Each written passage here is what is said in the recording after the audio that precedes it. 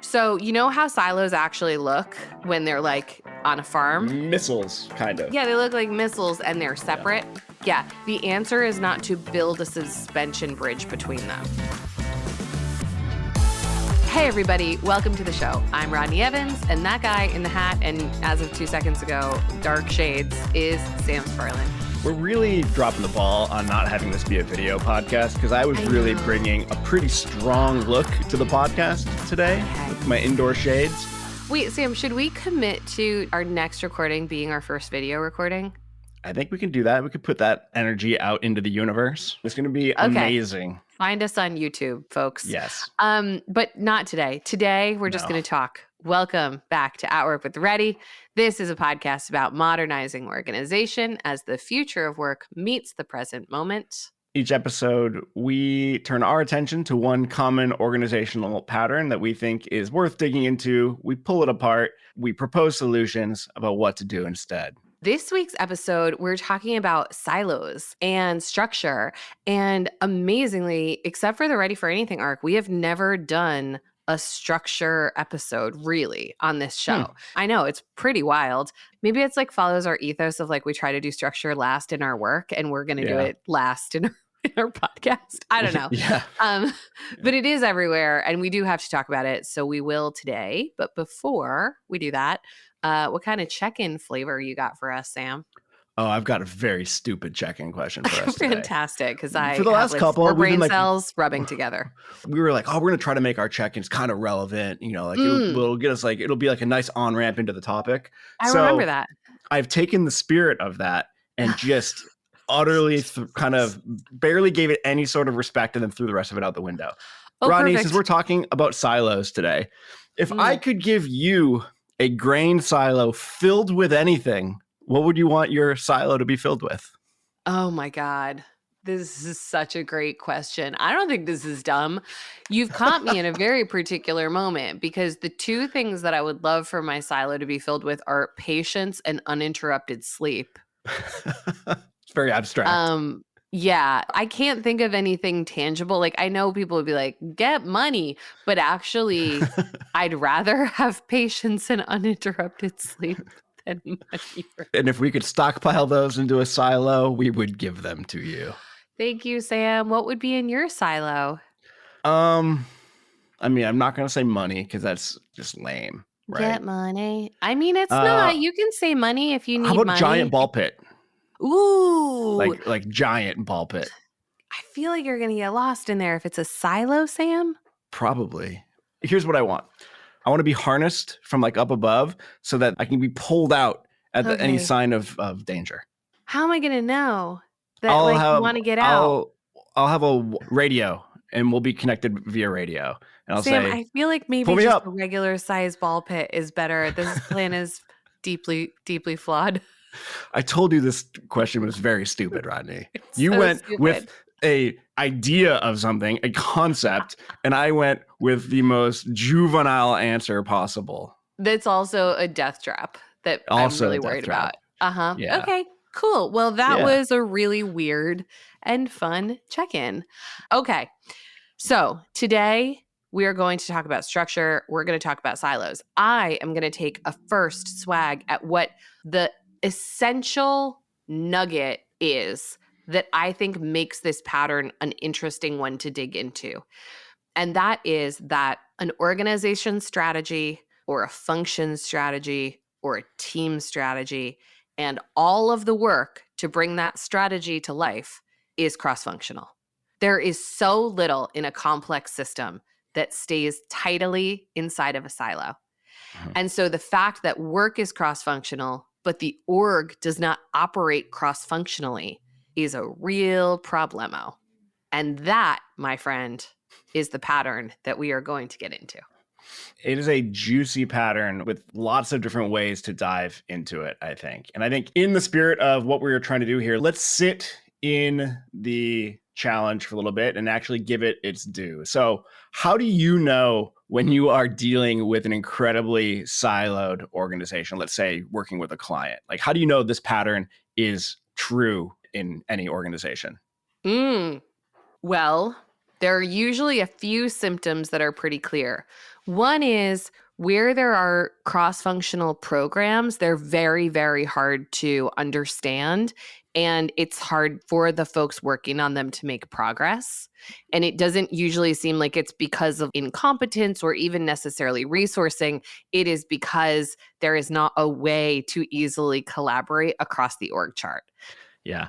And because it is so hard, when an organization successfully does something cross-functionally, there is a lot of back patting about, holy shit, we did this. We did this we thing. Did it. We came together. Yeah. I mean, often, and for good reasons, these are like the case studies that are held up and like, we can work differently. We did it this time. And usually, in many cases, at least with the clients that I've worked with, it was like in a time of emergency that they had to work cross-functionally. So we could just ignore all of the structure. And then at the end, we're like, oh, wow, why can't we work like this all the time? Yeah. Yeah. So one way that my spidey sense starts to go up in an organization is if they have incredibly intricate workflows to get anything done. So it looks a lot like when you start interviewing people about how cross-functional work gets done, because even if they are in an incredibly siloed organization, the cross-functional work is still happening, but it's just very, very painful. And the way that that pain exhibits is often each person or each function touching a piece of work and then handing it to the next function to do their part on that piece of work. Like messengering. Yeah. And if we're talking about manufacturing something on an assembly line, great. That's a pretty good way of doing that type of work. And basically every client I've ever worked with, they are not doing that. They are doing marketing or HR or other kind of amorphous white collar kind of thinking work that does not lend itself well to this assembly line style of work. And that immediately makes me realize, like, okay, we don't have cross-functional ways of doing things here. So we have just structures for doing this very convoluted workflow together. Yeah. That sparks two other things for me in terms of this pattern, which is seeing the cross-functional folks responsible for a piece of work really showing up as representatives of their function, like hearkening back to the Hollywood model episode of the Future of HR pod that we made.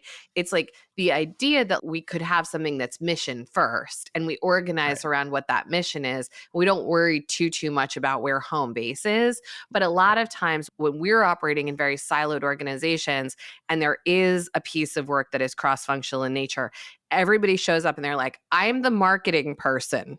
I'm here for marketing. And you're like, cool. There's a body of work here that doesn't actually care super much about what domain you're from, because we need to collectively be responsible for this piece of work getting done. And then the flip side of that coin, I think, is that I often don't think people are really clear. People who are on that cross-functional team who have been sort of called up from their silos to do the work, it's really hard for them to see what the big picture of the cross-functional project is.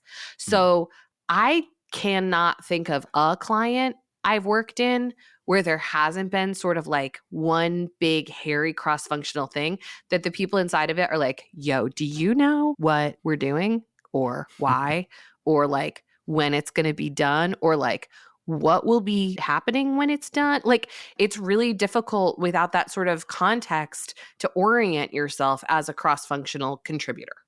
Yeah, 100%. One other thing that I'll just throw onto the table as a kind of common characteristic that I have seen in organizations that are really suffering from this pattern is there's actually very little discussion about the customer and a lot of discussion about their own internal structure. And when you think about it, I mean, this is to your original point. Your strategy is cross-functional. Your org is not. Your customer does not care about any one function in your organization and how well it works or who is in charge of whatever. They care about the end result of whatever it is that you are trying to do. And in incredibly siloed organizations, the customer gets lost all the time. Totally. And I don't know how you feel, but like this is a place where I think that that is true of gigantic conglomerates and also more and more true of smaller organizations too. We're just like the service I use to clean our house. the people who clean the house are not the people who receive the emails. And there's like a third party intermediate. And I'm like, how are there 3 silos in this local small house cleaning business so that I can't just tell the people coming here where the key is going to be? Like, I have to interact with 3 different parts of this company to tell these people how to get into my house to clean. I'm just like, I should not be experiencing your structure as a customer. And that's at the most local. And then you get to like, when you're trying to deal with like an airline and you're just like, what are the odds that any of this information is making it into a different place where it might be useful?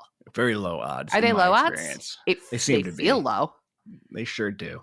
Maybe just one other thing to throw out there is that we're talking about functional silos because those are the most common ones. Yeah. But it doesn't have to be a functional silo. You can have divisional silos. You can have silos of other types, I suppose. So I guess anytime we're saying functional silo, you can broaden that to be more than just like, oh, here's all the marketing folks or here's all the HR folks. Even within a function, there are functions, and there are sometimes the worst siloing I've seen is actually within any one function. So basically anytime where teams are being organized and kind of kept from easy communication with each other for seemingly artificial reasons, like that's kind of what we mean by an organizational silo. Sweet. All right. So let's talk about why this pattern is so persistent. I will just say, as one data point, many of our listeners have seen our tension and practice cards out in the wild. They're also listed in the book Brave New Work. They're also available on our website. I have been in many sessions where we work in silos is the number one tension. And there's 78. So there's a 1 in 78 chance to be number one. And that one is number one a lot. So this is not a thing that people are unaware of. This is a very common thing that is not held up as something that is making the business run well or creating value or making the customer happy. Teams consistently pick we work in silos as one of their number one tensions in terms of what's holding them back from doing great work. Yeah, totally. Well, what that makes me think is it's obviously it's painful part, like partially that's why people are selecting it. But to our point about why it persists, it's very, very common to have silos. So silos are solving a problem, or we think they are solving some sort of problem. Therefore, we all have them. And also, we don't like them, which is why we select that tension card when we are presented with it. Yeah, they feel like a necessary evil, I think. I think so. So why do you think that is? Well, it's funny. I draw some parallels actually between the silo conversation and the conversation that we had about RTO, as disparate as those things might be, which is just that I think the structure or the org chart that articulates what your silos are, it is the most visible and explicit thing that you can change in an organization. Mm-hmm. So many things in an org feel less sticky or less clear or less obvious than an org chart.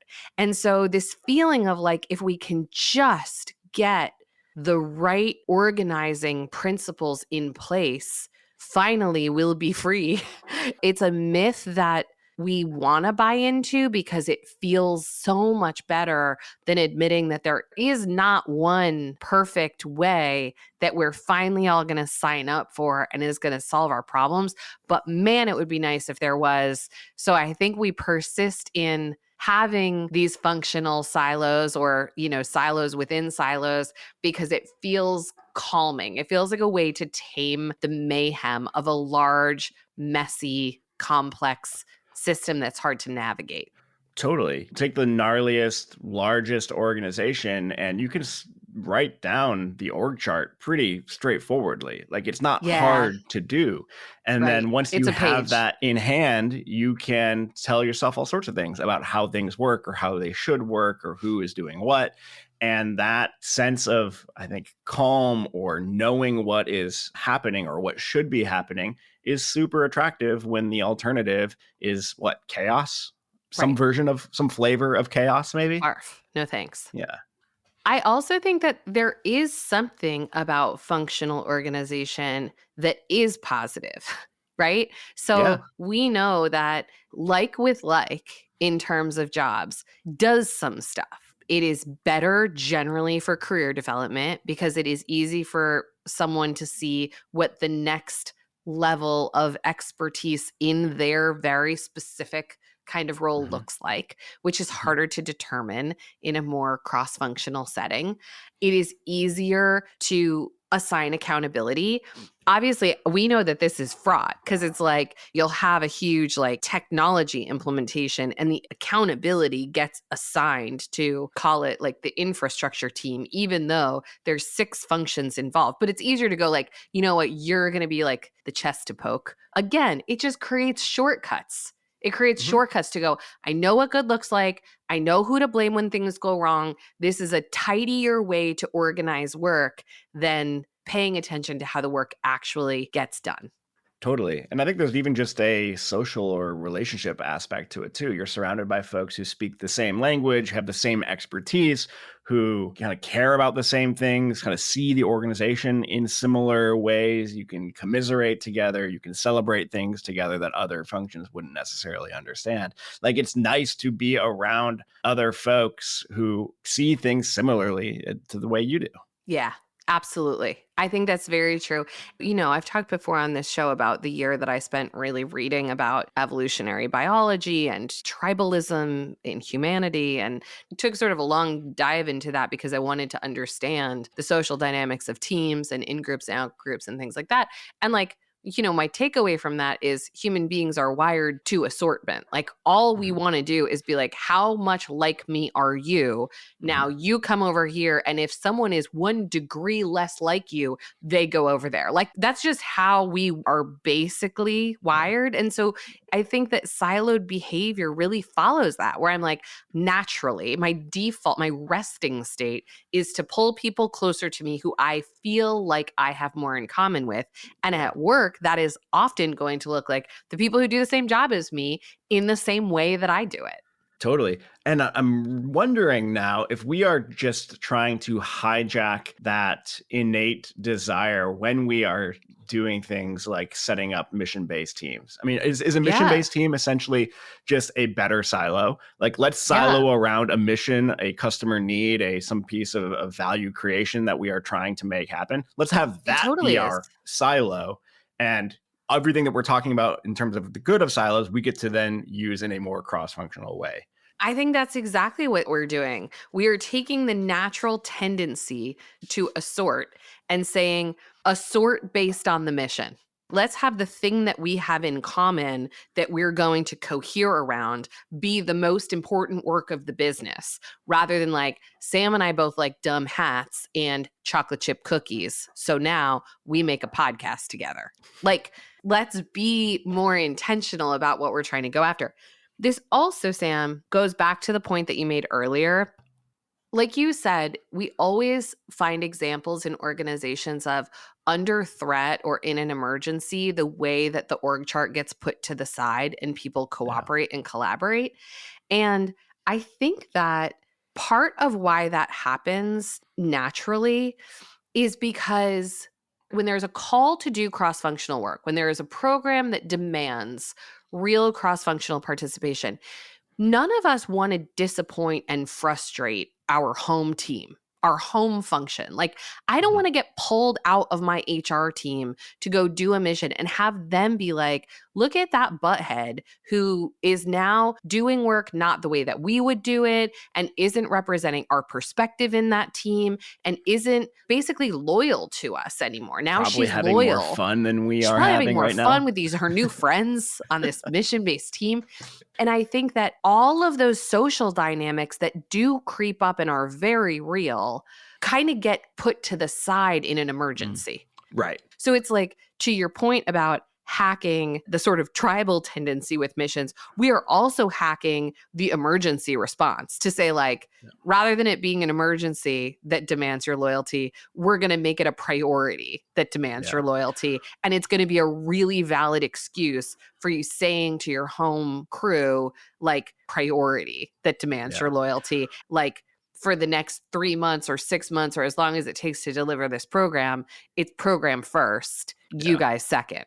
Well, and the maladaptive version of that, maybe there's a whole podcast episode about this that we should do, which is artificial urgency.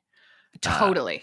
Artificial urgency is a maladaptive way of creating emergency status for things. And because we know that 100%. emergency status allows us to cut corners, cut through bureaucracy, get clear about how work should actually get done. And I think in extreme moderation, actual emergencies works great and can be easily abused. Totally. Yeah. And that sort of manufactured urgency follows the pattern that we keep talking about of the urgent over the important.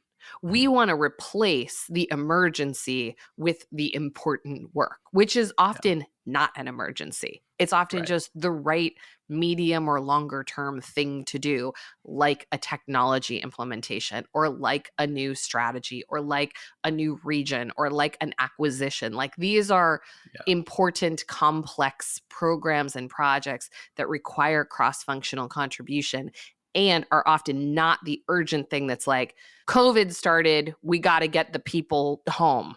Yeah, totally. So we have been talking about silos, making it difficult to get work done, to create value for our customers, which at the end of the day, business-wise, like that's what we need to be doing.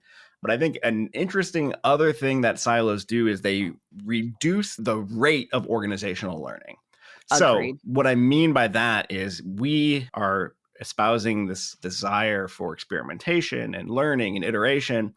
And if we are doing those things, but in a functional way, the things that we are learning from those experiments stay siloed. They stay within their functions, which means something that the marketing team over here learned about a way of working or something about our customer that I could use over here in HR, I never get wind of. Or if I do, it's only through like gossip and like the grapevine, as opposed to a cross-functional team or just a more cross-functional way of working in general, goes off, experiments, experiences those learnings, and then can more easily radiate those throughout the organization. Yeah. So now I feel like we've gotten a little bit into the downside in terms of things like organizational learning and the customer experience. There are a couple of other things I want to talk about. And one of them is, I think one of the worst things about silo behavior from my perspective is it feels very zero sum and it almost always creates competition. Like sort of at any altitude of an organization where there are silos reporting in, there is some version of like, who is the favored nation among the silos? Who is getting the most resources? Why do we have a hiring freeze and they don't have a hiring freeze? It's because this boss brought this person from their last company and or because he doesn't like the people who, I mean, there's a million stories out there, but because we are representing our silos and the agenda of that silo rather than the horizontal cross-functional work to be done or team that we're on, it's so rare to see the kind of cooperation that's really required to do something hard. Yeah, well, and this is why we often talk about the politics that are endemic within organizations. Yeah. You've just described an environment where the primary action is political in nature. How do I gain more power? How do I maneuver my way in this community to get whatever it is that I need, which very notably is not conversations about like, how do we do our work better or how do we provide more value? What does our customer actually want? There's only so much attention that we have to give to anything in a given day. And if most of it is being spent navigating our own internal bureaucracy, then that's all we get. That's the zero-sum nature of it. Yeah, that's all we get. And I think even when you're operating on a small scale, you know, something I've seen happen within the Ready just in the last like 8 months, maybe even less, is folks in the source crew really being read in and concerned about the Ready, not the circle that they are stewarding. And these are very smart and very competent org designers and human beings who are like, my job is marketing. And I had a level of, I wouldn't even say it was frustration, but like a weight for a long time where I felt like I'm the only role that feels concerned about all of these things and how they work together. And it took a lot of work, for example, for like growth to be fully read into all of the financials and transformation to be paying full attention to the pipeline. And for everybody to be like, it's not just my thing. It's not enough for me to show up with my thing and be like, any questions? I'm here to help. Yeah. I have to feel truly on the hook for what is shared by this team. And that took fucking work, man. It was really hard work. And that is with the willingest, smartest, most collaborative org designers that I've ever met. Basically. Who are really bought into a large organizational purpose. 100%. So think about a role in a huge bureaucracy where you could take or leave what we're actually here to do as an organization. You want me to understand what's going on in all these other functions so I can show up not siloed? Fuck you. Exactly. Potentially be thinking. These are people who give a shit about the purpose. There's not some borked up incentive for them to only take care of themselves. Like there's nothing at play. And yet, just because of the complex nature of work, it is easy to go, I have a role. I will look through that role as a lens and I will filter out all the noise that I don't want to listen to because it's hard. And like that is so valid, but to have the kind of cross-functional team at any level and at any size that does what it's meant to, you got to get out of that. Well, Rodney, I feel like we've made the case that silos are just pervasive so well that we should probably just end here. Like, there's no way through it, right? Hong Kong. Because silos are a natural part of every organization, and just deal with it. Stop being so whiny and silos deal with your silos. Great. And just, oh, well, that's it. Oh, well. Oh, well. I give up. Just kidding. We have all sorts of thoughts about things we could do differently. Okay. Wait, before we talk about that, I'm going to make a quick commercial for what not to do. Great. Yeah. Let's do great. Yeah. So you know how silos actually look when they're like on a farm? Like missiles, kind of. Yeah, they look like missiles and they're separate. Yeah. Yes. Yeah. The answer is not to build a suspension bridge between them. That is what people want to do. They either want to do a matrix or they want to build a bridge or they want to have a role that spans the silos that's going to somehow make it not none of that is going to work, guys. None of it will work. That's not going to be one of our answers. And it's not because we didn't think of it. It's because we've seen it 1,000 times and it doesn't go well. How does it go when you've seen it? Mostly I find that it actually, ironically, makes things worse because there's an assumption working down through the silo that somebody is paying attention to what's happening in the other silo because now we've got this role or we built this bridge. So now it's taken care of and I can sort of turn my antenna off and get really back to my ball pit, you know? And not worry so much about what's happening in silo B. So I think it makes it worse because there is an assumption that it is not my job anymore for the vast majority of people. And then for the people either with some kind of spanning role or some kind of op rhythm about sharing or some kind of cross-functional steering role, they are super frustrated because they're not in the actual cross-functional work. And their job becomes narrating it to other people who do not want to hear it. Right. So let's talk about what to do. What should we do, Sam? Yeah, let's hit a couple of different ideas here. Okay. So one, I think a good starting point is to start to pull apart the different types of organizational structure. I'm not going to do a deep dive on all of this right now, but the idea that I want to put across for this first one is to start getting clear about how value is actually created in your organization. Yeah. And chances are it's not functionally, which is, probs not. Go ahead and cross that one off the list. And Unlikely. There are lots of different processes you can follow, workshop designs, etc. But at the end of the day, it's about starting at the end value created for a customer and working your way back to understand what has to happen for each next thing to happen. So when I do it with teams, I often will start at the very end and we just work our way backward until we get to this atomic first step. And you do that for a couple of different outcomes that customers care about.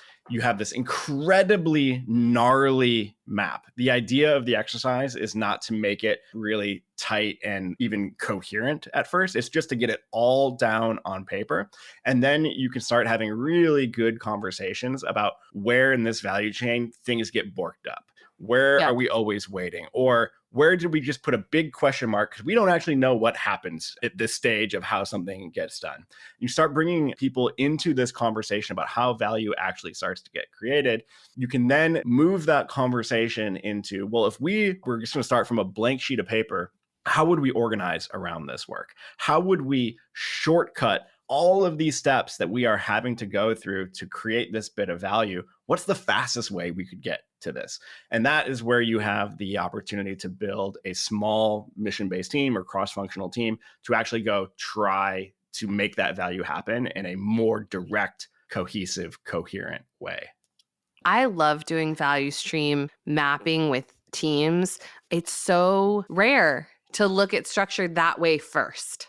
And often when I do it, the only thing I would add to what you said, as we sort of track the dollar from the customer all the way through the middle, I will often ask teams to think of who the buyer and the seller is in each transaction.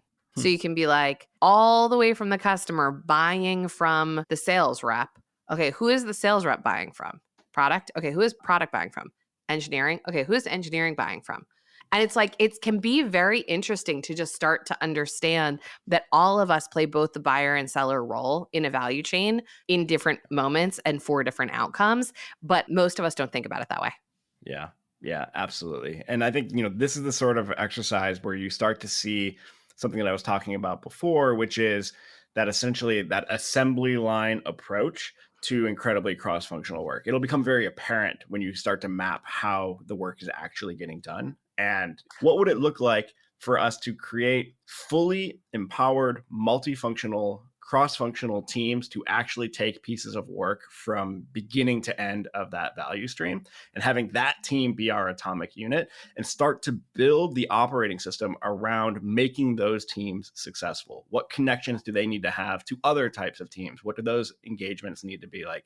What information do they need from leadership, from other parts of the organization?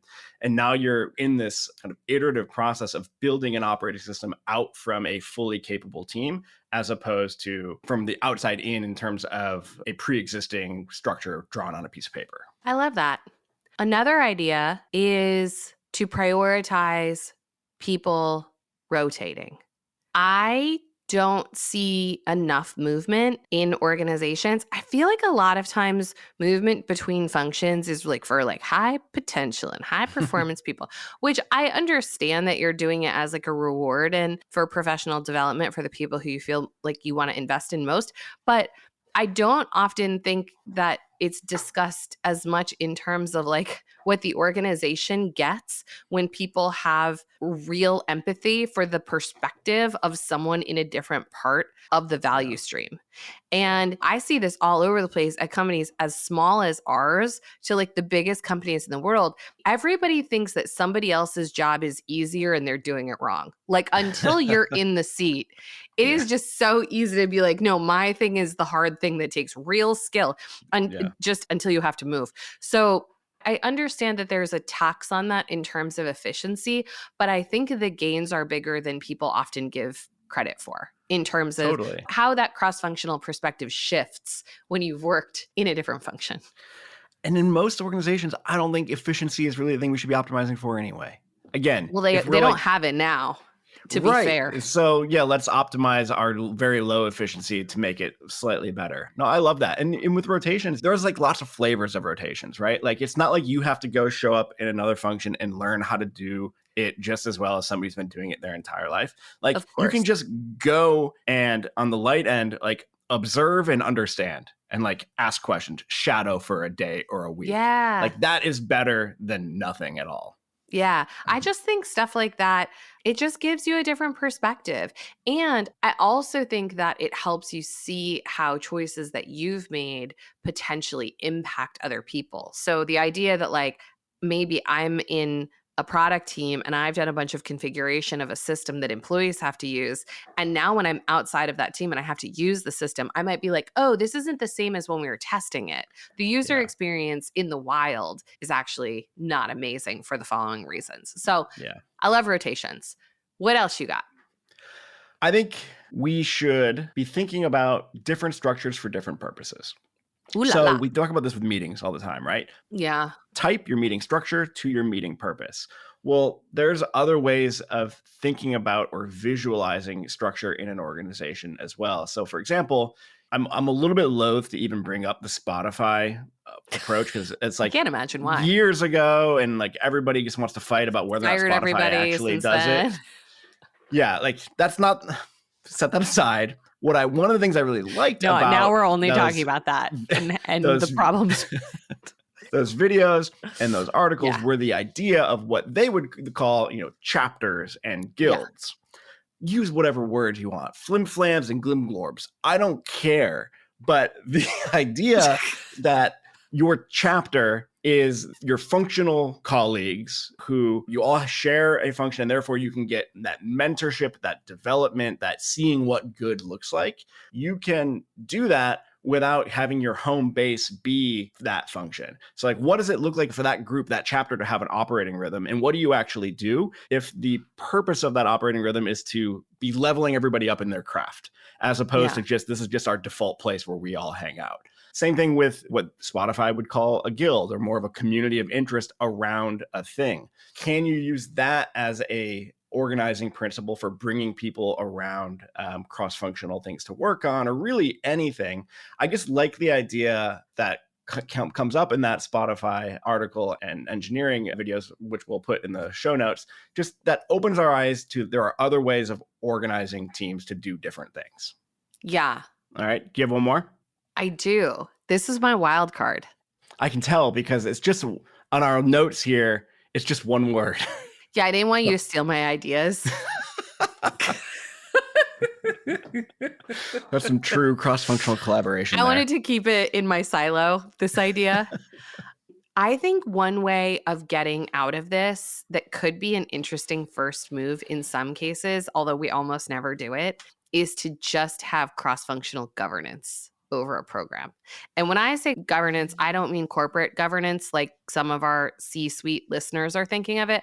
I'm talking about consent-based integrative decision-making kind of governance, like sociocracy style. I feel like when I've done structure work in organizations where there's like, call it like movies and studios, or MBTs and platform teams, or centralized and decentralized functions, or whatever you want to name it, inevitably a tension gets created at some point, which is around standards and defaults that need to be governed cross-functionally. And I think there could be a move that I have not personally tried where you actually start with that, where you take the representative cross-functional team and you go, okay, all this group is going to do is make decisions together. We're going to use this format. We're going to use consent-based decision-making. And these are going to be the decisions that steer the program. And in our steering committee, we're not going to talk about updates, and we're not going to just talk about comms plans, and we're not going to just look at the roadmap. All we're going to do in our steering committee is have proposals that need to be processed that are true cross-functional decisions that impact the program in some way. And we're just going to do that. I don't know. It's a spicy take because I haven't actually done it, but I was thinking about how that could be interesting. Well, I'm on a project right now where we essentially have that group of people, and we have them a little bit aimed a little bit differently. So I'm actually going to bring this. I'm going to bring this back. And do you think this would work? I think so. Well, in your conception of it, that steering team, is that team filled with reps from the teams that they are overseeing, or are they kind of external to those teams? I am thinking of two examples in two different companies, and one is each. Okay. So in one case, it's leaders who the cross-functional teams report into, but who are not actually doing the mission. And in another, it is a representative group from the cross-functional groups that are actually doing the work. The example that I'm thinking of, or that I'm working with, is the latter. So the steering team is, well, actually, it's a little bit of both. It's reps from the teams that they oversee, and then there are these advisor roles which only show up on the steering team, including a couple of folks from like the most senior team are filling a advisor role on the steering team. So it's a little hodgepodge of both, but we should definitely have them be doing that. That seems like a really interesting place to try the idea of like, if you think about what a steering committee is meant to do, isn't steering just deciding? Like, is there anything else besides deciding in steering? I guess you can give advice, but anyway, I think it's an interesting and provocative idea to be like, give me your cross-functional oversight crew. All we're going to do is make integrated decisions together and then monitor the efficacy of those decisions and then make more. Yeah, for sure. And my mind immediately goes to like, all right, and then the implementation of those decisions, that can look like lots of different things, good and bad. But the retro of those can kind of come back to that steering group as well. Fun. All right. That's cool. Do you have a first move? You mean a hot take? Hot takes. No. We're calling them first moves now, so I feel like I need a new stinger. But also, I'm too tired to come up with a new stinger. So Sam, people want your stinger. I'm just a little bee. First move time. Here we go. All right, real micro. We're going micro first move here. So I think in order to start to do interesting cross-functional things, you cannot conceptualize the work and the people as job descriptions. You have to build the muscle of role and actually thinking about the work to be done as roles. So the very first kind of next step you can take as an individual, even with no power in a team, is to look at your own job and articulate it in terms of the portfolio of roles that you hold. What is the purpose, the responsibilities or the accountabilities of the role, any decision rights that the role holds, and write those out for yourself and kind of carry those around in your head and start to use that lens for looking at other roles, other jobs that you, your friends have, your colleagues have in the teams that you're on. Hell yeah. I dig it. Yeah. What about you? I want people to give themselves permission to really learn more about a different function than you think you need to, especially when you're doing cross-functional work. I think that as knowledge workers, we are very programmed for efficiency, and that often looks like tuning out what is not inside of our own function or silo or area of expertise. Yeah. But I remember working on a project many years ago, and there were really like two organizations under one roof. And one was the legacy org, and one was a digital first org. And the legacy org was basically of the mindset disposition of like, we'll just keep the core business operating and squeeze as much growth out of it as we can and lob our requirements over the fence to the digital team to make a digital product out of what we do now. And it was not working well. And I think most people who have been through any kind of digital transformation are familiar with what I'm talking about right now. And it took a really long time, but the big unlock was when the digital team felt compelled to explain things to the core business in a way that was understandable and consumable. And the core business felt like it was their job to understand what the platform was and what it was meant to do for their customers, and how it wasn't just automation of the core business, it was something else entirely.